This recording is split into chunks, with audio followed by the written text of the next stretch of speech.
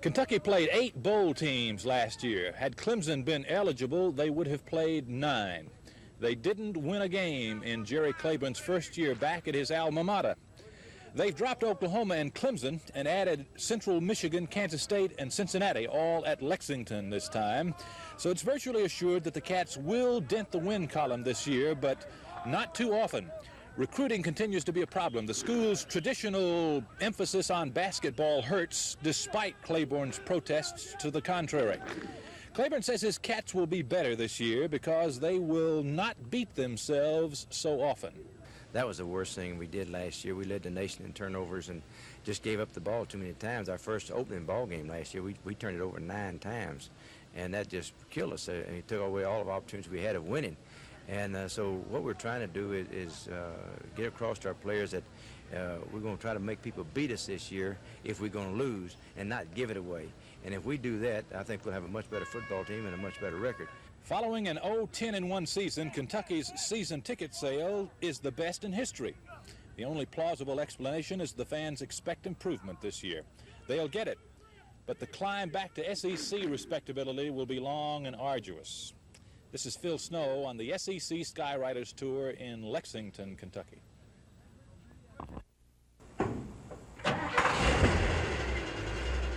The Macon County school buses are ready to roll. Mechanic Willie James Benson has seen to that. Yes, we got them all working now. They're all ready to go. School officials are depending on Benson and his partner Burgess Story to keep the buses in good shape this year, but these buses may not be needed after the first 6-week semester. Interim School Superintendent Dr. Ben Allen. And further down the line, we can't see too far down there. We have to look at the financial picture, reassess accounting, and then see how much money we have on hand and see what we can do and whether or not we can make it throughout the school year.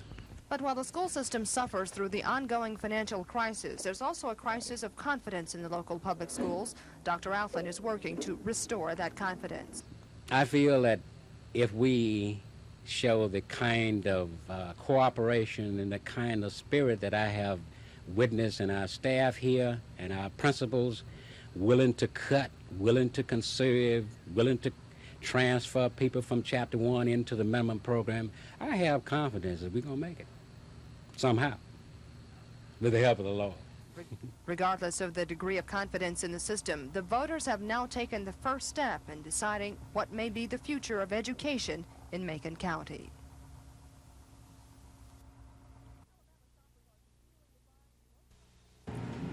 Alabama shoppers are continuing to find low prices at the grocery store. A perfect example is produce, down 5.5% from a month ago. On the average, tomatoes run 57 cents a pound, lettuce 69 cents a head, and sweet potatoes 42 cents a pound. Produce is leading the decline in food prices, but pork and poultry are 2 more good buys this month. Pork is down 1.2%. Pork chops are averaging $2.32 a pound. Poultry is down 0.5%. A whole fryer averages 64 cents a pound, and chicken breast $1.34 a pound. The only increase in this month's food survey, going up slightly more than 1%, is in dairy products. The cheapest grocery prices this month can be found in the northeast section of the state at $26.09 for those 20 items, compared to the most expensive in South Alabama at $27.72. Gina Gregory, WSFA TV News.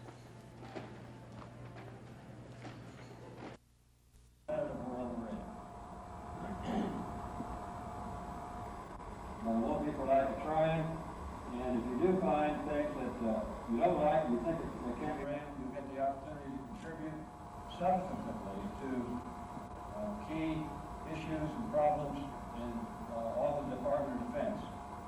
In a word, you will become class of 1980.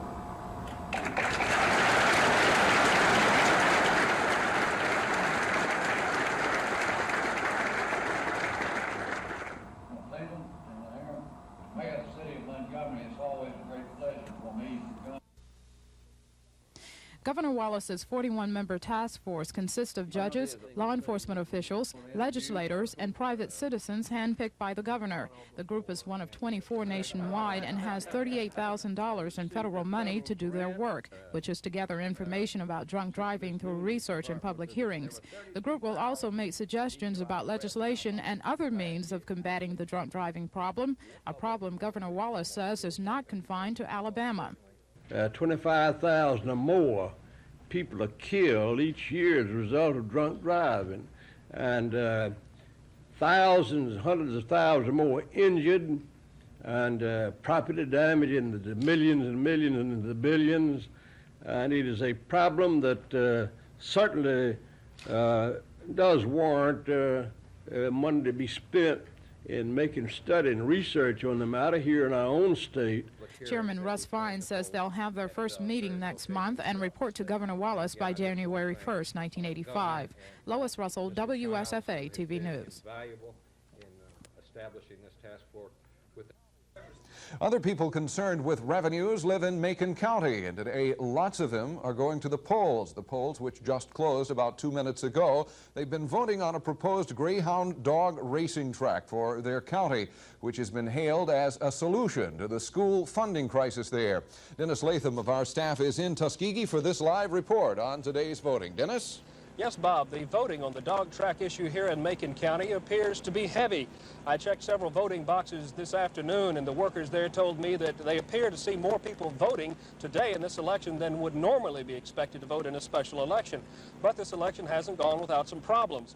It was reported this morning that one voting box out in the county at Warrior Stand opened for voting with more than 7,000 votes already on the counter.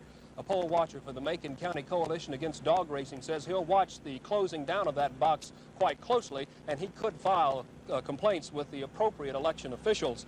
The opponents of dog racing in Macon County say they don't want the evils that a dog track will bring, but supporters of the measures say that the dog track revenues from gambling will be necessary to keep the school systems open in Macon County. And the financially troubled schools are scheduled to open next week. Reporter Kim Davis has been in Tuskegee today to find out what the school system is doing to face up to their grim financial outlook. Bob, the votes are being counted somewhat, the early returns in the courthouse across the street, and we'll have some of those partial returns later on in the newscast. Dennis, one question. If the dog track passes and they go ahead and construct it, what is this going to mean to the immediate problem, however, of finances for the school system? Well, Bob, right now, as I understand it, the school system is having to pay cash on the barrelhead for services and things that they need. And that if the referendum is approved and the dog track can be built and the revenues are expected from that in the next fiscal year, then most likely the creditworthiness of the school system will greatly improve, and they'll probably be able to secure some loans to help them through the financial times until the dog track revenue starts coming in. Okay, Dennis, we'll be checking in later on in tonight's newscast for an update on the voting returns from Macon County. Stay with us for that. There's a county. Let's go back quickly to Dennis Latham in Macon County. What's happening as far as the vote returns? Well, Bob, so far we have returns in from the city of Tuskegee in one box out in the county, and as the returns have come in, they've shown a 2-to-1 vote in favor of the dog track. The latest unofficial total we have right now is 2,778 yes, 1,449 no, with the balance of the boxes in the county expected to come in within the next few moments. We'll have details of the unofficial count on the 10 o'clock report. Thanks a lot, Dennis Latham. 2-to-1 vote in favor of the dog track in Macon County with early returns. That's it.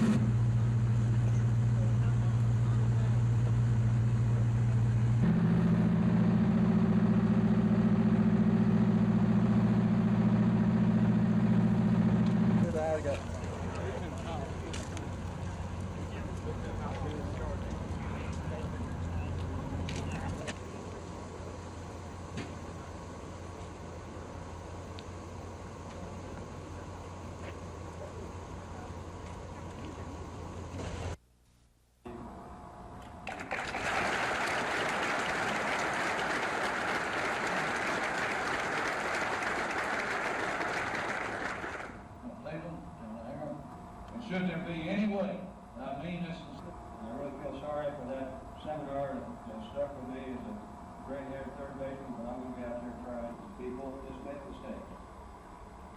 This time it's my pleasure to introduce to you the commander of our university, and we very much appreciate the contributions that you will make and your presence and security. In addition, you ought to leave here with a much better understanding of what leadership and management.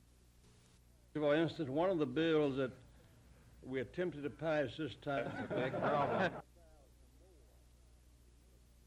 25,000 or more people are killed each year as a result of drunk driving, and thousands, hundreds of thousands more injured, and property damage in the millions and millions and into the billions.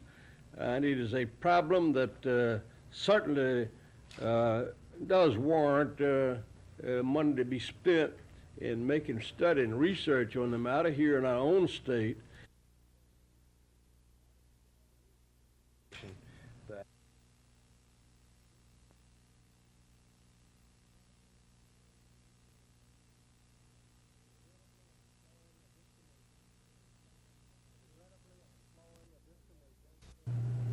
Regrettably, an employee of this commission, in fact, on my very staff, has made a gross error in judgment. Even though there is no indication that any individual has been injured or that any money has changed hands in any way, a regulated company has, in fact, been wrongly associated with this commission. And in our responsibility to the people of Alabama, although this conference has been prompted by the actions of an overzealous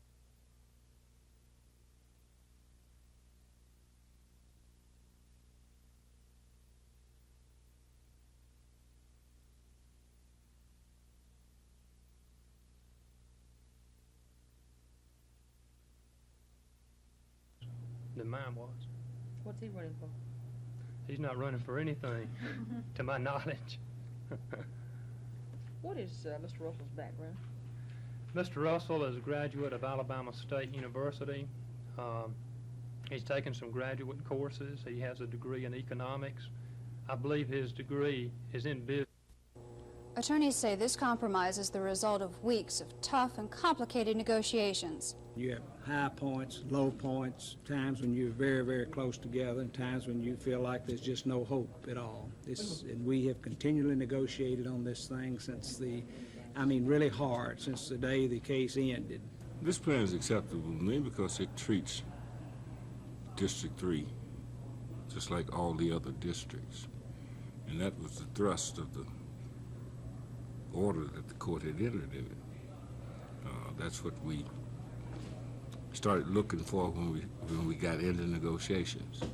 Let's get District 3 lined up just like all other districts with the minimal amount of damage to the other districts, and that's what this plan does.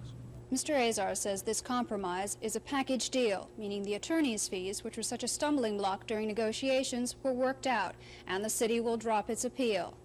This plan must still be approved by the federal courts and the Justice Department. Susan Silvernail, WSFA TV News. The broiling heat didn't stop last-minute campaigners from trying to persuade the voters, nor did it stop the voters from going to the polls to vote. Macon County Probate Judge Preston Hornsby says the vote was unusually heavy for a special election. It took about an hour and a half for all the results to come in from all over the county. When the results did come in, county workers added up the numbers, and Judge Hornsby announced the unofficial results. Yeses, 4,478. Noes, 2,550. One of those who fought the dog racing issue, Mrs. Claudine Pinson, says the people have spoken.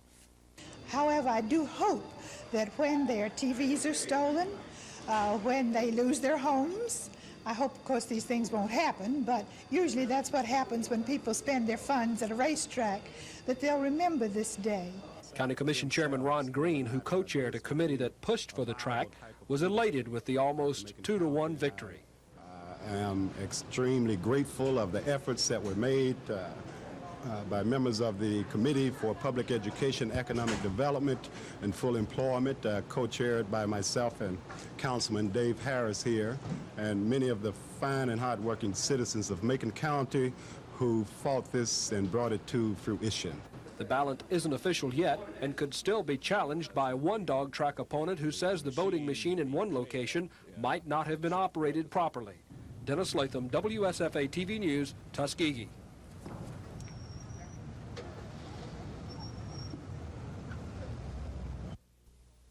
Today, Jeff Michaels, an American weightlifter shown here in earlier competition, was stripped of 3 gold medals after drug tests found traces of anabolic steroids in his body. These are drugs illegal in such competitions, which some athletes take to help build up their muscles. After Michaels lost his medals, 13 other Americans, including Mike Tully and Dave McKenzie, dropped out of the games and returned home before they were scheduled to take drug tests. Earlier, the governing board of the Games had reprimanded 10 athletes from other countries, including Cuban weightlifter Daniel Nunez. The board took back a total of 21 medals. Today, William Simon, head of the U.S. Olympic Committee, praised the actions taken in Venezuela. And the athletes have to understand that swift and stern action is going to be taken when they abuse the law in this way. And any athletes who believe that they're not going to be caught and it's not going to be found out, have found out differently. Doctors who treat athletes say the use of anabolic steroids is widespread, even though the drugs can have severe side effects. I think their primary concern is competing on an equal basis, and with the feeling that their competition is taking them, they feel that they have to take it to maintain their level of competition. American athletes say privately that the drug use would stop only if rigorous tests, like those at the Pan American Games, were carried out at every competition. I intend to spend my time over the next few months in preparation for my plans, which will be announced next year. I assure you that I could get the Democratic nomination for the state Senate in this district.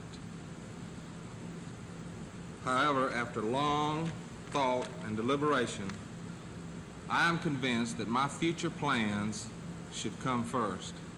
I want to say that this is my only statement, and I will not answer any questions. Thank you.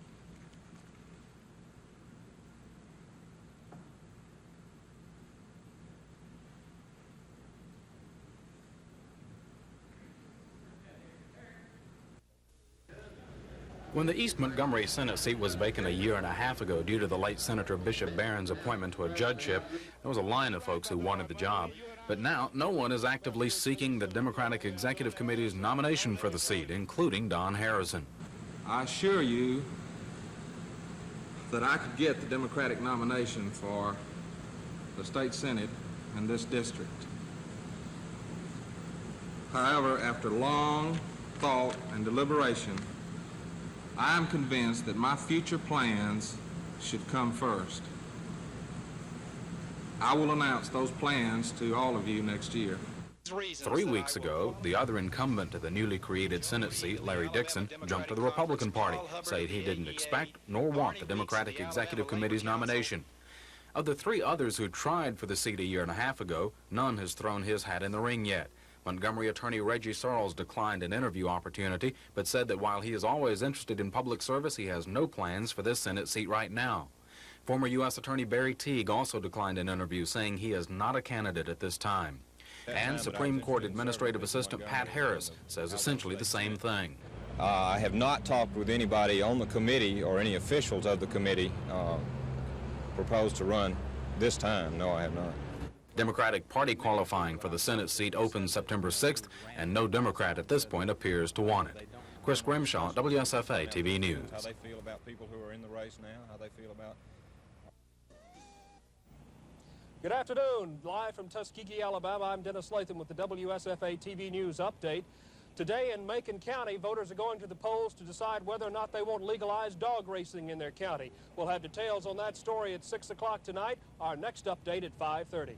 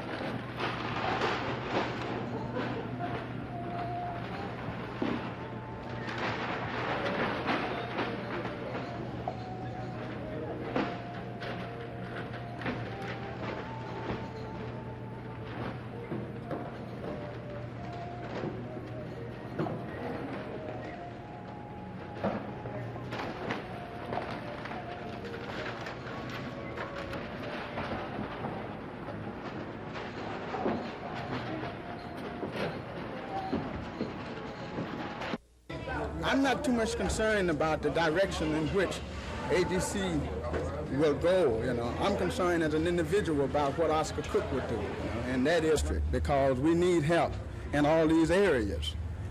I know that many people that are expiring for supporting black businessmen.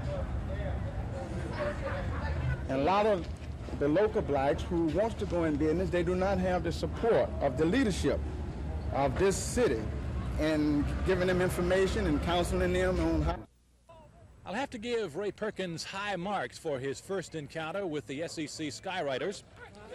There have been times when new coaches were thrown off balance by the Skywriters, who can at times ask some sticky and irritating questions. However, Perkins, who's jousted with those crusty New York scribes for a while, handled his first Skywriter press conference very well, showing the proper amount of respect for the legend he succeeds, but never leaving any doubt that there's a completely new program at Alabama.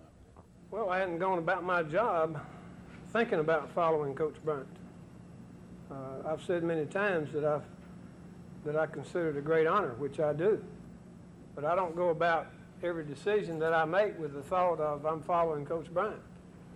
I'm going about it in the best way that I know how to keep us on a winning note, keep our tradition going. If I can make us better, that's when I make a change. And I'll continue to do so.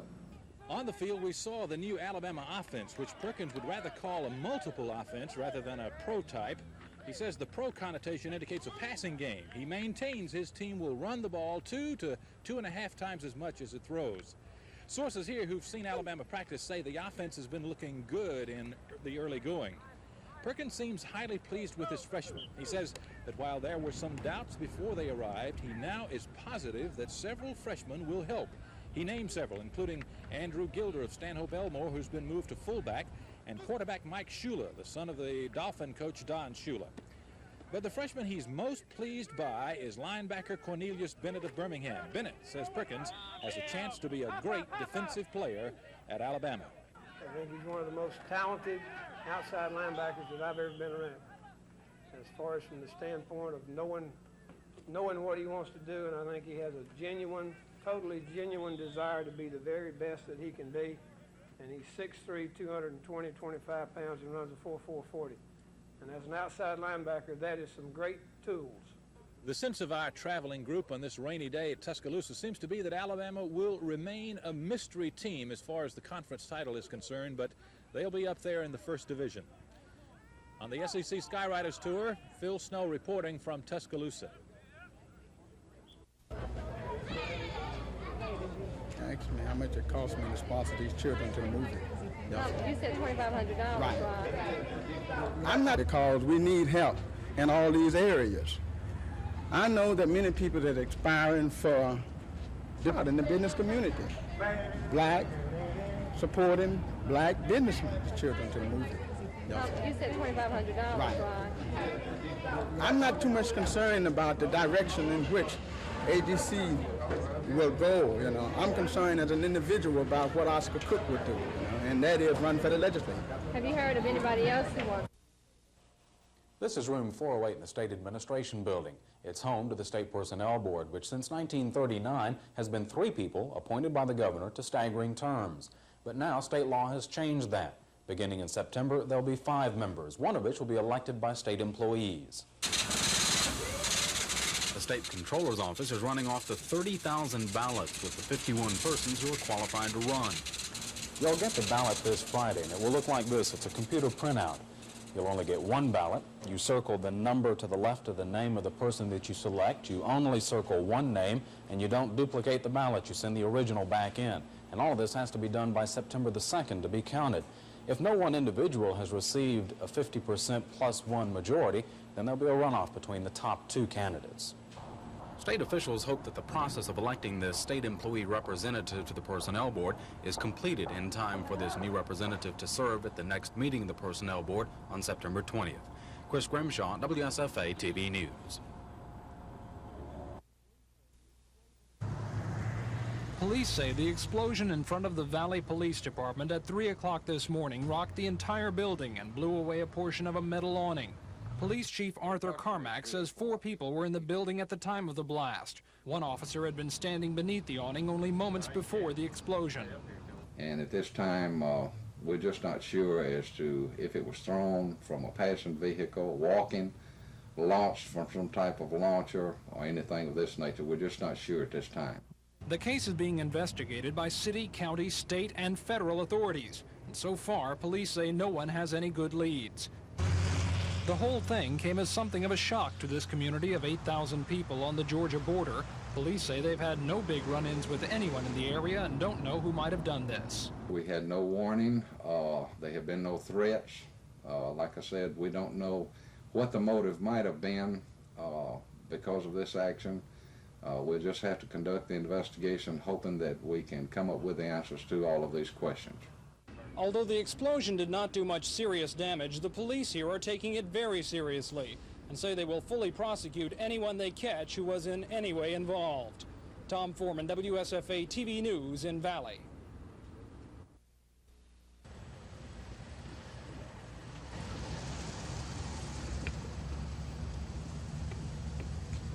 Thank y'all for God this hot sun.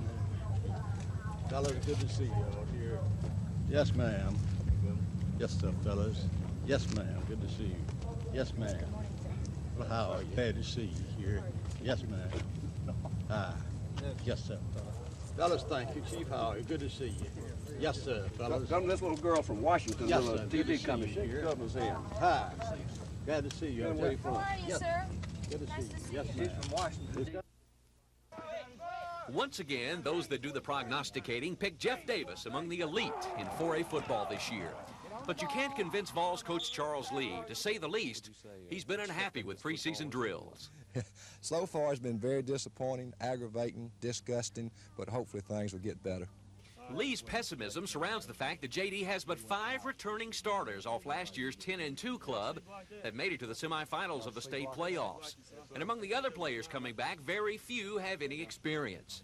The key position of quarterback is one slot where youth must shine early, and Lee says junior Mike Fike will be his man.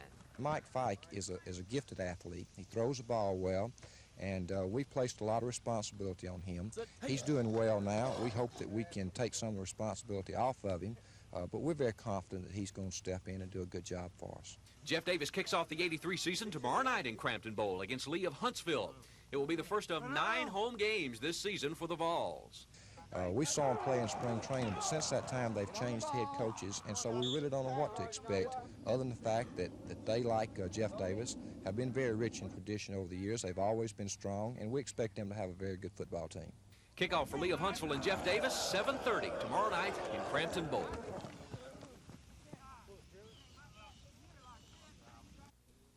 Gary, how long have you been out here? Since 4:30 How long do you plan to stay? till the end Why? for the money.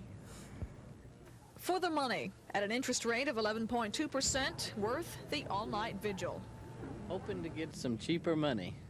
Cheaper money. Have you tried before to get a loan? Yes, I have an FHA loan and building a house. And if I can get this, it'll save a lot more money. What do you think your chances are? Pretty good. As far as our credit and all, it's pretty good. So we're just hoping we can get it. Is this your first house that you're hoping for? Yeah, we've just started looking a couple months ago. Chances. The money is only available on a first-come, first-served basis. Eligibility is strict. Prospective buyers must have a contract to build or buy a home, as well as a down payment of at least 3% of the sales price. And their 1982 income can't exceed $38,000 plus $1,000 for each exemption. What happens if you don't get the money? Well, we'll get it at the higher interest rate. Just hope to save some. Gina Gregory, WSFA TV News.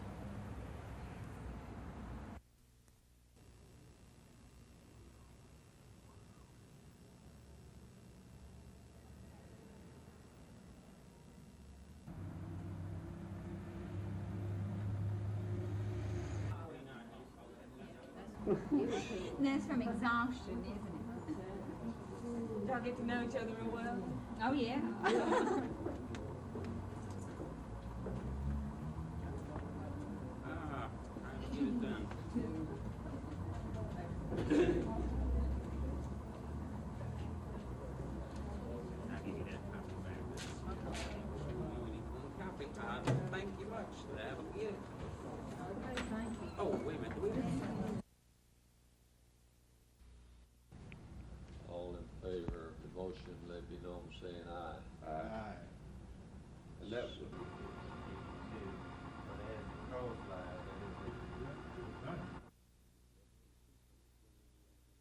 was an effort to do two things: bring in more income for the state and to get us back in totally a controlled state posture. But the governor recognized, and through his cabinet person, Mr. Mims, made his wishes known to us, and we rescinded our action because it was never intended to hurt various people that it did, like tourism and lounges, hotels, and things of this sort.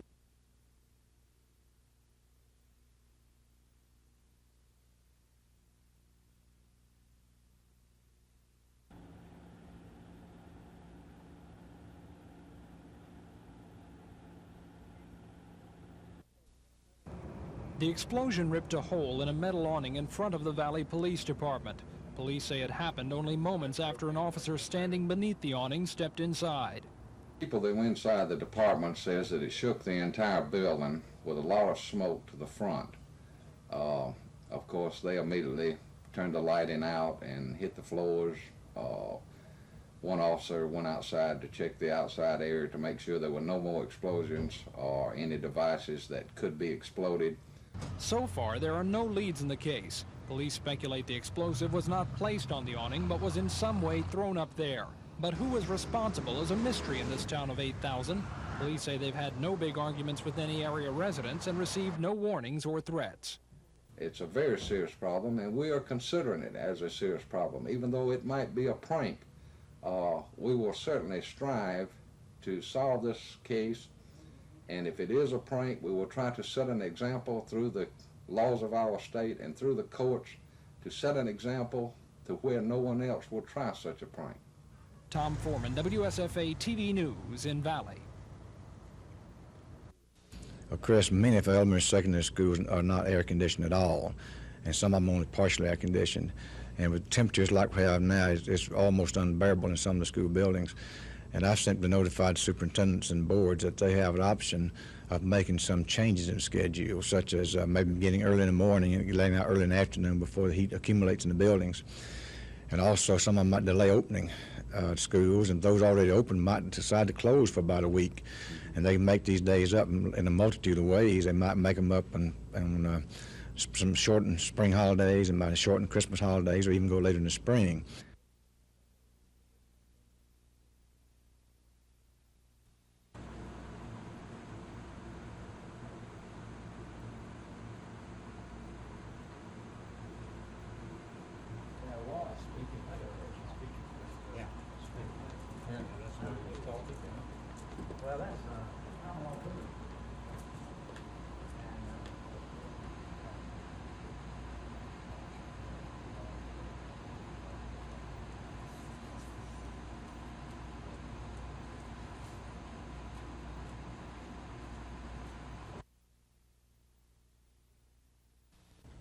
And no one intended to hurt, certainly the governor didn't, the lounges and our tourism and the hotels and what. So based on Mr. Mims' recommendation.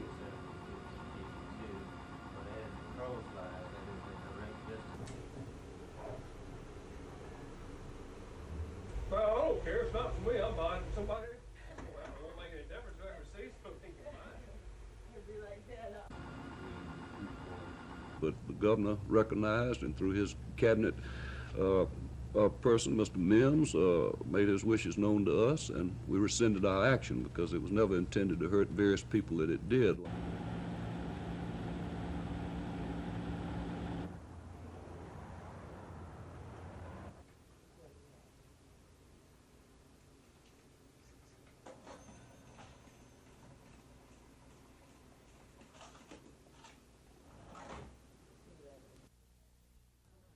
What's SEC football coming to? Vanderbilt won 8 regular season games last year and played in the Hall of Fame Bowl.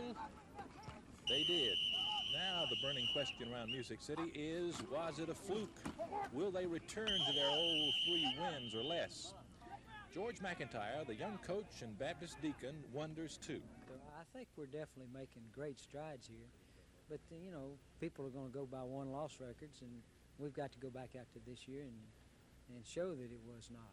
And I think if we do it twice, then people can sit back and say, hey, they are for real and they'll be here. Vanderbilt's passing offense was one of the most potent around last year, but very complicated in its execution. Whit Taylor, the all-SEC trigger man, is gone. Kurt Page is now the new quarterback. I've been here my third season of coming here. I've been a backup the first two, and when you're a backup for an offense, you still have to prepare yourself for the game just as a starter would. I'm just going to try to do the right things and prepare myself mentally and physically, so when I get out in the field Saturday, I won't embarrass myself or my teammates. Page won't have long to learn. Vanderbilt's schedule is toughest in the early going. They believe, however, that they'll be better at every position except quarterback, tight end, where Alabama Matthews played, and punting. Nobody can punt like Jim Arnold, and he's gone. In their favor, they don't have to play Auburn, LSU, or Mississippi State, three of the league's most physical teams.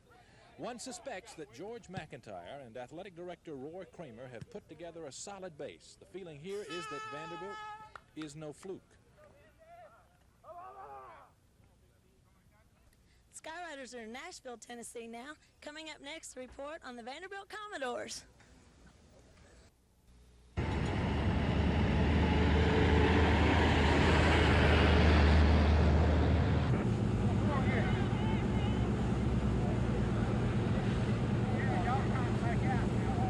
Hold a minute.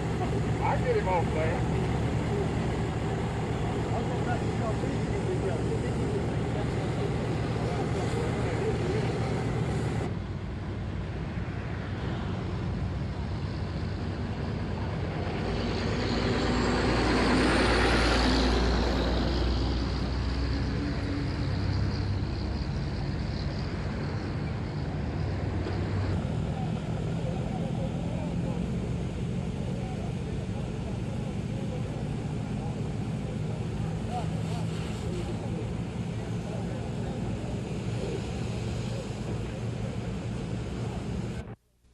And workers.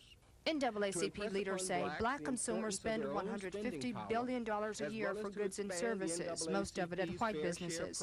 Leaders say that's enormous economic and political strength. To show blacks the importance of their own spending, leaders are launching a Black Dollar Day campaign. Through Black Dollar Days, we intend to let the white corporate America know that blacks are very much aware that for many white businesses, the income they receive from black consumers represents the difference between their profit and loss. The NAACP wanted to announce plans for the campaign yesterday at Montgomery Mall, but their request was turned down. Leaders say blacks make up a substantial part of the patronage at the mall, and the denial was an insult to the organization and blacks.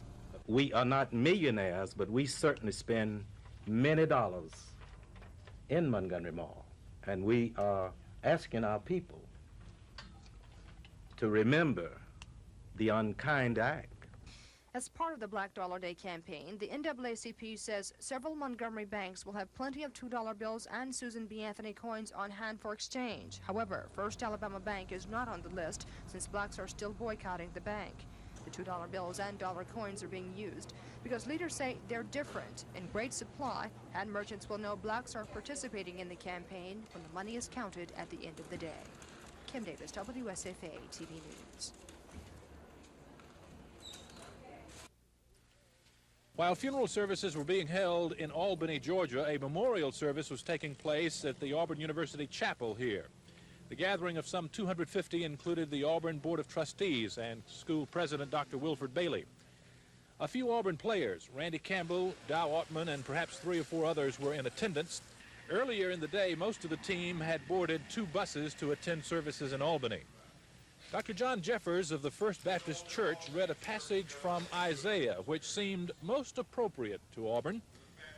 Even the youth shall faint and be weary, and the young men shall utterly fall. But they that wait upon the Lord shall renew their strength. They shall mount up with wings as eagles. They shall run and not be weary, and they shall walk and not faint. So said the prophet Isaiah. As much as any university, Auburn is a family. They took time to mourn the loss of one of their finest sons here today.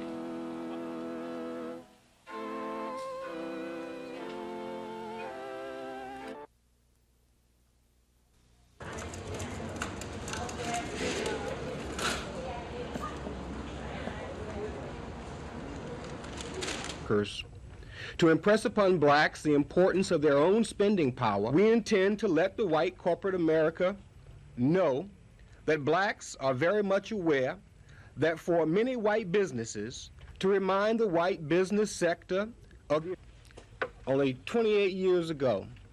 But one of the main reasons why we selected $2 bills and Susan B. Anthony's are that they're different. They stand out. They're easily identifiable, easily recognizable, and they are in ample supply. So it is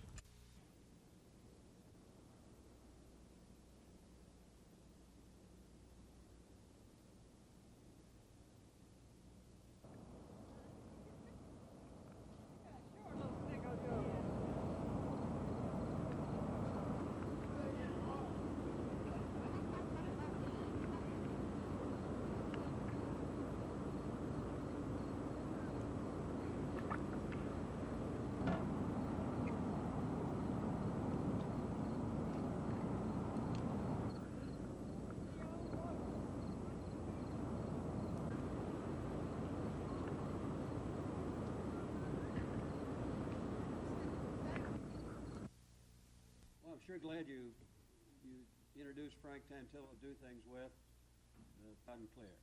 It makes us proud to be in Montgomery. This is presented to William N. Pfeiffer, the president of the Exchange Club Montgomery, in appreciation for outstanding contributions to the Area University 1 September 1982 to 31 August 1983. So, Bill, we thank you ever so much. Thank you so much. You've done a great job.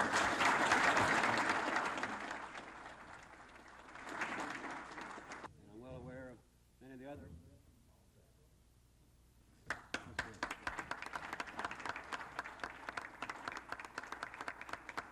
Bill Pfeiffer. Bill? Of the military station to do anything about it. But here in our city, I'm happy to say that is to take this opportunity to thank the Exchange Club. I'd like to do things with. I think the idea of, and it comes through loud and clear. It makes us proud. 83. So, Bill, we thank you ever so much. Thank you so You've much. done a great job.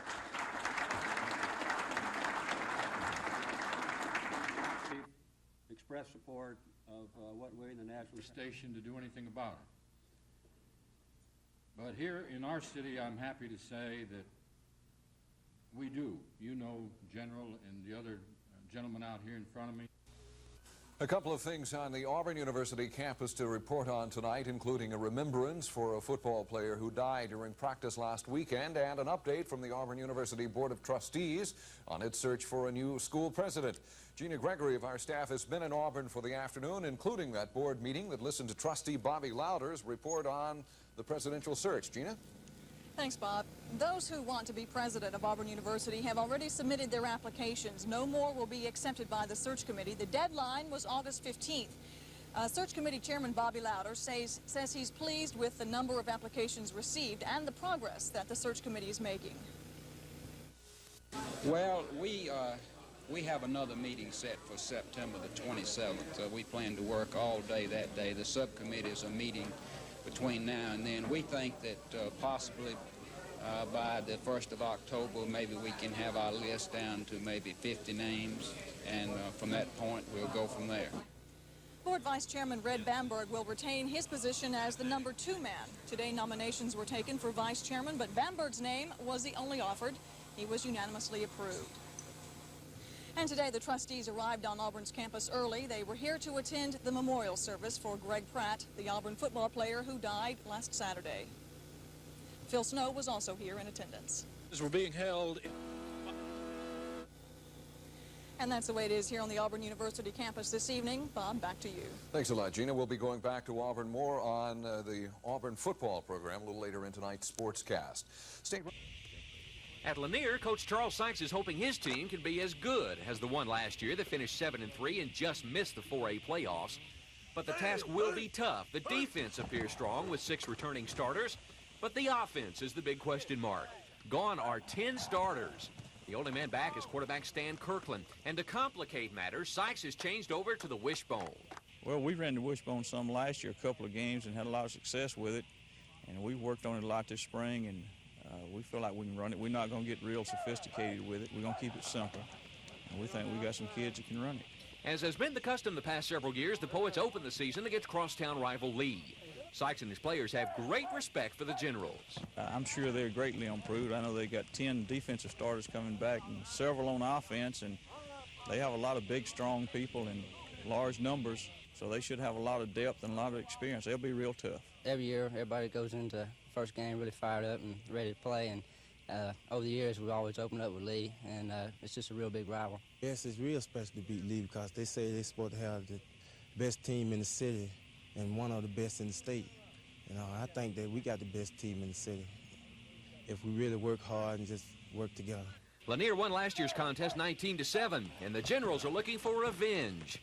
A look at Lee tonight at 10.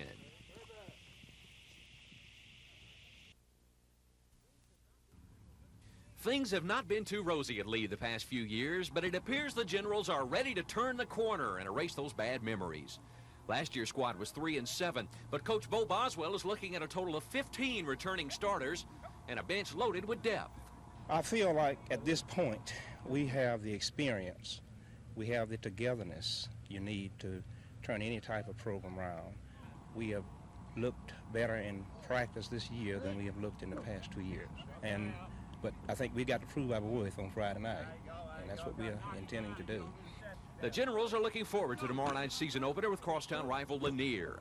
The Lee seniors have never experienced a winning game against the Poets. This year, everybody's saying it's supposed to be for the city championship. We've got the best 2 returning teams coming back, and I think this is the best chance we've had in 3 years I've been here to beat them. What would it mean to you to beat Lanier? It's big. It's a big game for me. My daddy went to Lanier. That's all I hear about. And then we'll have another good football team. They are large in the interior line. They bring with them 3 of the best defensive players in the state. We just feel like their strong point is going to be defense, and we're going to have to muster up some way to move the football. Lee versus Lanier. Kickoff 7:30 tomorrow night in Crampton Bowl.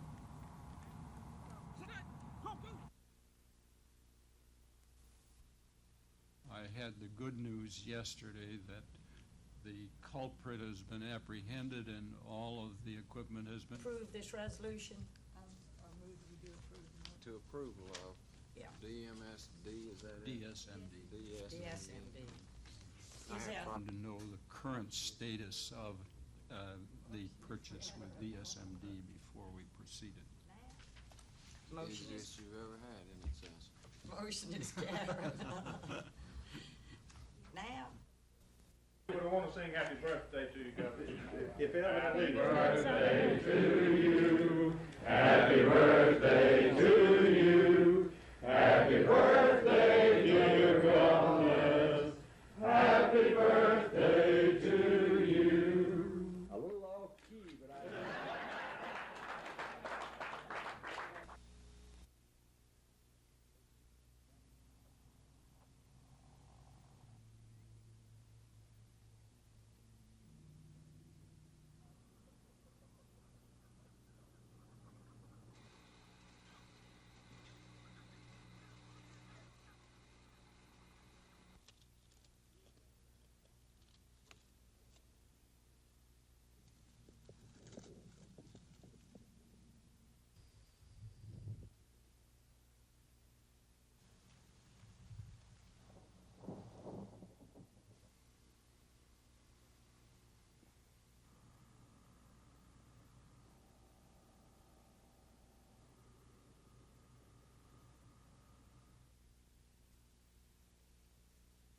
And I'm very proud of you, and the reason that I think that our administration is doing so well. Happy birthday to you, happy birthday to you, happy birthday, dear Governor, happy birthday to you. And what we plan to do is appoint an agriculture commissioner that will work directly with farmers and industries to develop the foreign markets that we need. And every time you export $1 billion worth of food out of this country, you create 35,000 new jobs. And we plan to demand that our agriculture commissioner increase this at least $12 billion the first year that we're in office. And this would create 4 million new jobs. And then it'll be a chain reaction.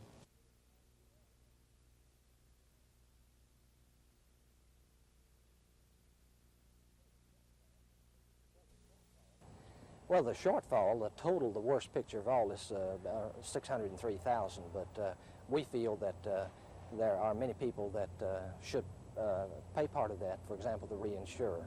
And so there's current litigation along that line and also other litigation with the administrator. But whatever monies are recovered, these will be used to pay the claims, or if the claims have already been satisfied, to reimburse the participants.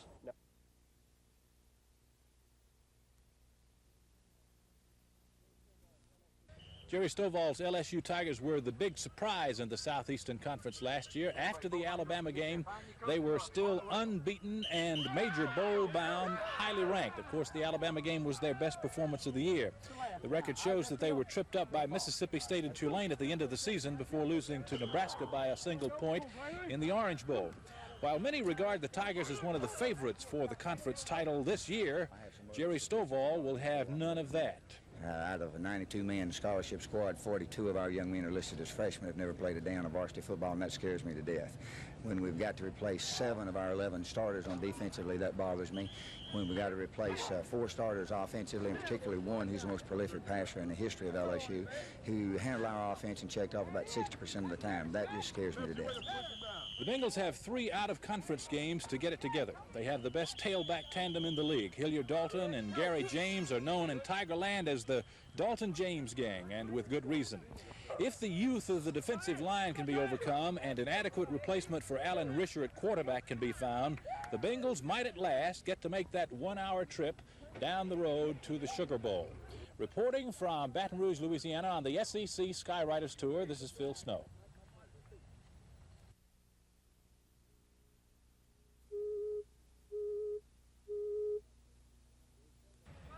Jerry Stovall says his LSU Tigers are a bit young this year, but they expect a good season. We'll have details on that coming up in just a moment.